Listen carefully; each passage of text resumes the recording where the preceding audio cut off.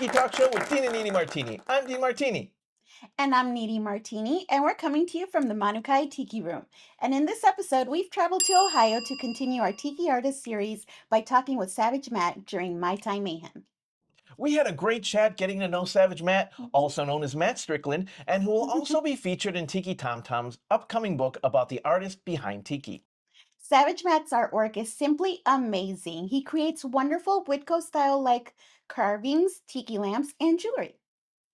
And because of that, every time we've seen Savage Matt at an event while vending, he has a constant flow of people visiting with him. Yeah. So before somebody else gets in line, let's go meet Savage Matt.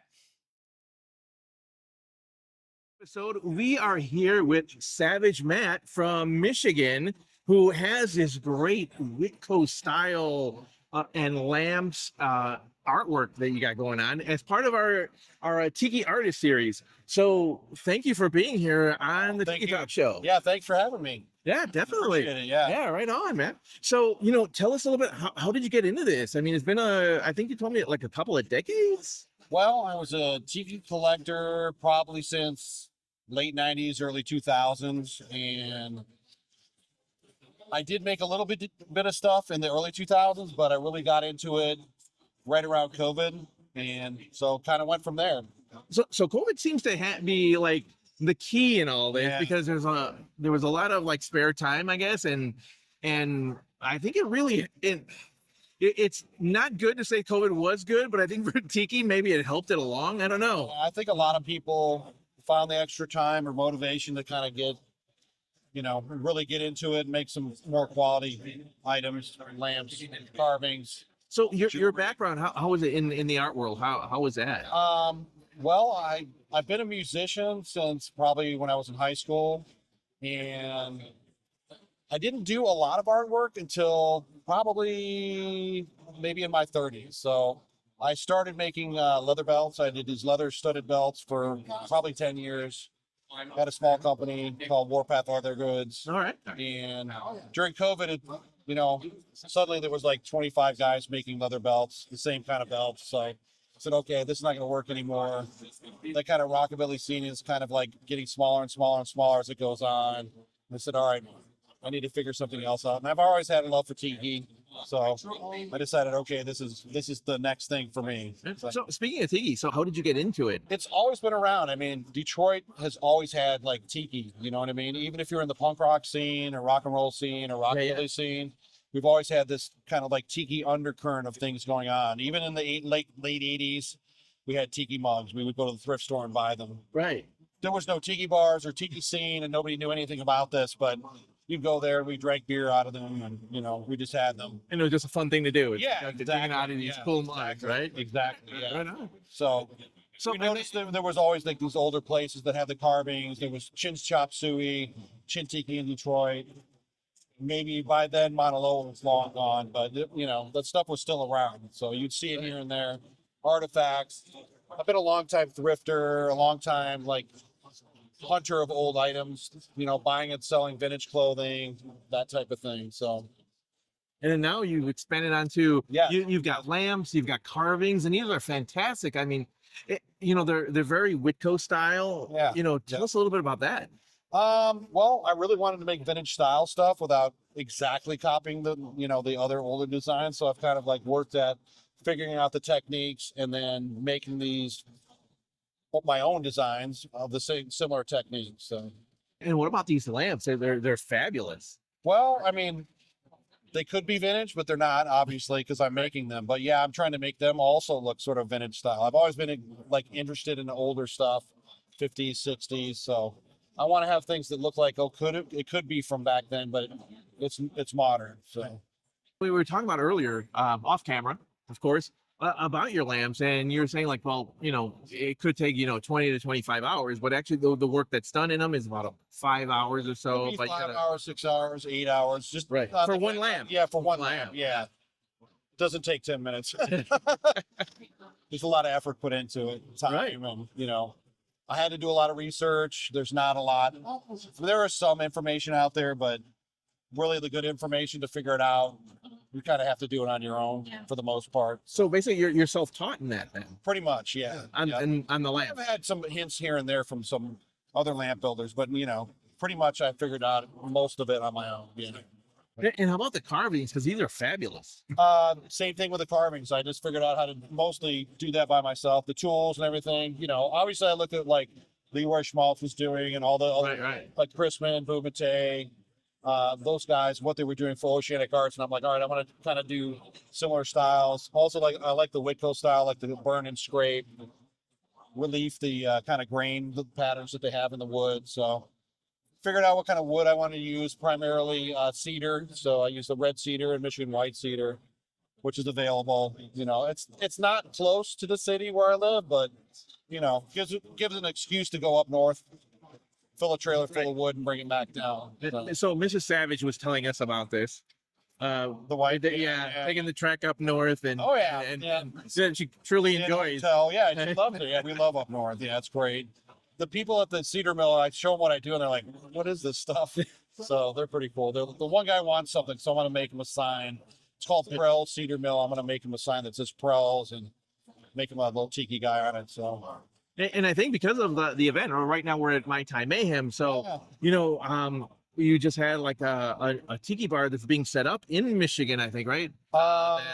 There's I'm sorry, Pittsburgh. I'm Yeah, sorry. it's a new one in Pittsburgh. I don't know the name of it yet, but they bought up some of your. they did. Yeah, they bought a couple of lamps and some wall hangings. So yeah, we had a nice sale from those guys. Yeah. Oh, nice. Apparently he went around and he bought some stuff from a lot of the other vendors too. So Okay, but so if you're in Pittsburgh, you're gonna see some of Matt's artwork there. yeah, eventually. I don't think right away. I'm not sure when it's going to open, but Right. Bamboo Bennett's the builder, so Oh, right on, nice. Okay. well known. Everyone knows Yeah, Bamboo. definitely. He's built a lot of bars. Well, yeah, so. I think they know. Bamboo Room. What he just did one in? What's the really big one he just did in Las Vegas? Oh yeah, the Glitter Gulch or No, he did. Maybe he did that one, but there's another one, like a really big one he's doing. okay. And then with these carvings, I mean, you have these moais and stuff like that. I mean, it's just fabulous work. I mean, how long does it take to do something like this? Several hours. Yeah. Really? Yeah. Yeah, it would take me years. You're talking about hours. It's fantastic to be able to do that.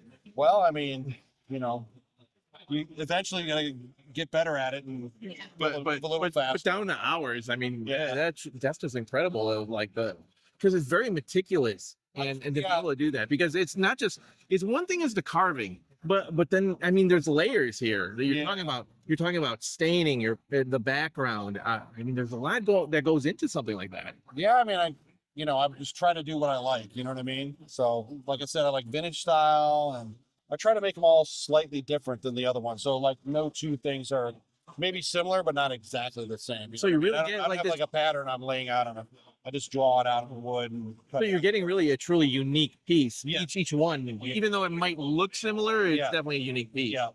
All right on, nice. How does this all come to be? How did you decide? I mean, aside from COVID, you had some extra time on your hands and you decided, well, this is what I'm going to do. This is what I like. That's a good question. I'm not 100% sure, to be honest with you. I mean, I just really liked it and decided I needed to put my energy into something positive. It's been great. I meet a lot of really cool people like you guys, and it's just a lot of fun. Right. Yeah. No, it's like what they say about, well, you love what you do, right? Yeah, I mean, I don't sell online a lot. I like to really sell in person because I get to meet the people. They get to, Right on. Yeah. see them in person, see what they think of it. So it's a lot. I think it's a lot better to do it that way. You know what I mean? So, if I'm not mistaken, I mean, you were in Tiki Tom Tom's latest yeah, he came in book that he's interviewed me. doing. Yeah, right? well, I'm not in the book yet. He's gonna. No, do the it's book. coming out, right? Yeah, I'm not sure. Apparently, he's gonna do two more books. So I'm not sure which one I'll be in. But yeah, he did come out, interview me, took pictures. So that was a lot of fun. Tom's a great guy. He was here last year. Right. I Yeah. don't know. I'm not sure where he is now, but maybe he's going to a different event. But Or he's still traveling around He the could be country. I mean, he traveling could around. be. We don't know where he's at. I mean, there's a lot of makers out there, so he's got to visit a lot of them. So so along those lines, I mean, because Tiki Tom Tom's like kind of creating this bar for folks of like, Yeah, for sure. of like recognizing musicians, artists, a lot of folks in the tiki world that are supporting everything what we do, from our home tiki bars to actual commercial tiki bars. the events and everything that's around it. So I mean, you're part of that now. So Yeah. I mean, what does that mean to you? You know, we're talking about Witco, we're talking about these other artists that are in there. So I mean, you've been doing this for 20 plus years. Well, and really, this I've only been doing for like 4 or 5. Made a few things. So like early, maybe like 2004. So I made some very simple lamps, just regular drum lamps, nothing special. I made a few small bars. A couple of them, like one of them was the server station in the chin shop suey. They needed it, so I made that. Sold a few to some other people. You know, the recession hit, and that was kind of the end of it. You know, unfortunately, I had to sell a lot of my tiki stuff off then. So, right, yeah. now I've kind of built. You know, my collection has been It's going back up. really improved. Yeah, I've built and bought a lot of stuff. So, No, but I mean, you're being placed in this group of artists. Yeah, I mean, very how is honored that? to Yeah. be included in this because, you know, I would have never thought. You know what I mean? So So fantastic. you can't tell. I mean, you just, you know, you got to gauge it by who, you know. People often don't compliment other people. I always try to, if anybody's doing anything nice, I always try to say something. Hey, I really like that. It's awesome. So Right, I know. try to be encouraging to other artists and, you know, that type of thing. But yeah, super thrilled. I mean, he asked me about it last year when we were here, and I was like, oh, okay, I'm down for it 100%. So it was awesome to be included. Sit in the chair. Oh yeah, we put the chair in my living room in front of my Witco bar and everything. It was awesome. Yeah. Oh, that's a nice fabulous. chair too, because it's a super sturdy one. You know what I mean? It's like some of those you sit in, And it's got little wiggly. And it's got a secret compartment too. It does, yeah. Everyone signed their name on the inside. Yeah. So is your signature in there I now? did, yeah, I put mine on there. That's awesome. So like I'm saying, I mean, now you're going down in like Tiki history. Yeah. And you're definitely Well, I a hope it part of lasts a that little bit revival. longer. Yeah. No, we wanted to keep on going. I'm Yeah. not old yet. I'm older, but not old. So I got a few more years left at least. No, well, thanks a lot for everything that you're doing. you. I This appreciate art, the the art you have is fantastic. It's phenomenal. I'm speechless, I guess you could say, of like the stuff that you have Thank you. created. Thank So, and Thanks. we definitely want to see even more of Savage Matt and your I'll creations. keep going, so you'll see me around. All right. Well, thanks for being on the Tiki Talk Show with Dean and Niri Martini, and we hope you come back on the show in the future. Sure. Thank you. Awesome. Thank you. Thank you. I'm so happy that we finally had a chance to talk with Savage Matt. And that's not all we did. We got to hang out, have some cocktails, and share in the Mai Tai Mayhem shenanigans with him and his wife. That was a great time. Speaking of hanging out, we want to give Savage Matt a big thank you for sharing a part of his story with us. We also want to give a big shout out to his wife, Siobhan. She was a lot of fun, and it was wonderful getting to know both of them. And a big mahalo y gracias to Savage Matt for this cool pendant he gifted us, and that one too. Yeah. That's our show. Don't forget to like and subscribe and follow us on socials for more content. We'll see you next time on the Tiki Talk Show with Dean and Niri Martini. Mahalo. Gracias.